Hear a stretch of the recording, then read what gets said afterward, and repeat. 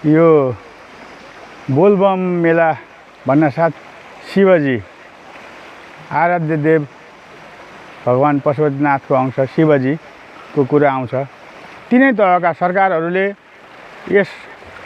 यो अहिले उर्लिरहेको कौशिकीमा स्नान गर्न आउनेहरूलाई व्यवस्थित, सुरक्षित र अवांछित गतिविधि हुन नदिन सुरक्षाको प्रबन्ध, अब यसमा घाटको व्यवस्थापन, यहाँ कोही डुबेर अथवा अप्रिय घटना नहोस् भन्नलाई यसमा नदी किनारमा व्यवस्थापन गर्नुपर्ने हुन्छ। दर्शकवृन्द नमस्कार। अहिले हामी यो सप्तकोशी नदीको किनारमा छौँ। यहाँले देख्दै गर्नुभएको दृश्य यो कलकल बगिरहेको सप्तकोशी नदी र पछाडि ब्याकग्राउन्डमा पहाडको दृश्य देखिराख्नु भइरहेछ। यो सप्तकोशी नदीको किनारमा रहेको छ र यो हाम्रो बरासतर नगरपालिकाको वडा नम्बर 1 यो सत्रधाम स्थित यहाँ यो कोशी नदी किनारमा लाग्ने बोलबम मेलाको सन्दर्भ पारेर बरासतर नगरपालिकाको धार्मिक पर्यटन अभियन्ता युवराज भट्टराई हुनुहुन्छ। युवराज भट्टराईज्यू, यो यसपालिको जुन यस वर्षको हाम्रो यो बोलबम मेलालाई कसरी हेर्नुभएको छ यहाँले? बोलबम जय बराह क्षेत्र।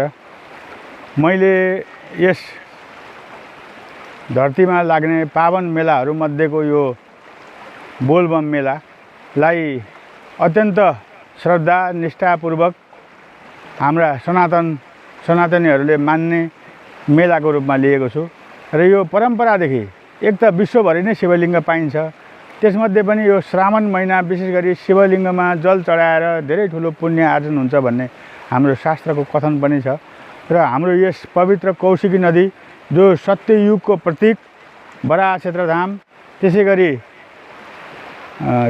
त्रेतायुगको प्रतीक रामधुनी, त्यसै गरी महाभारत अर्थात् द्वापर युगको प्रतीक पिण्डेश्वर र कलियुगको प्रतीक चत्राधाम, यी चारै युगको सम्मिश्रण हुने मेला यो अत्यन्त नै महत्त्वपूर्ण छ र धेरै लाखौँ लाख भक्तजनहरू यो श्रावण महिनाभरि यहाँको कोशीको पवित्र जल लिएर पिण्डेश्वर धाम धरान गएर त्यहाँ शिवलिङ्गमा अर्पण गर्नुहुन्छ।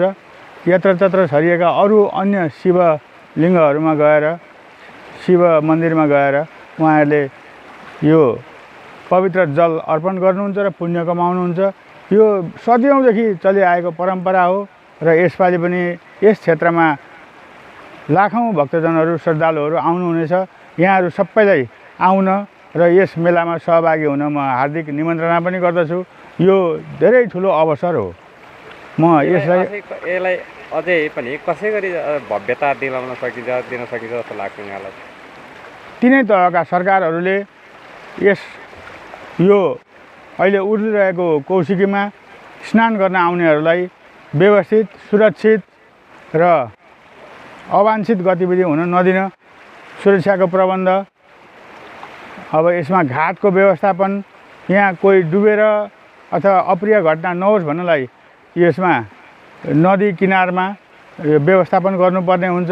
त्यसै गरी भक्तजनको सुरक्षाको लागि यहाँ सुरक्षाका बन्दोबस्त मिलाउनु पर्ने हुन्छ र यसै गरी यहाँका स्थानीयहरूले पनि त्यो व्यवस्थापन समिति बनाएर यहाँ पहिलेदेखि नै गर्ने चलन पनि छ र हाम्रो यो तिनै तहका सरकारहरूले गरि पनि राखेका छन् र म त्यसै गरी नै भक्तजनहरूलाई सजिलो पार्न सबै यातायात व्यवसायीदेखि लिएर सबैलाई अनुरोध पनि गर्दछु।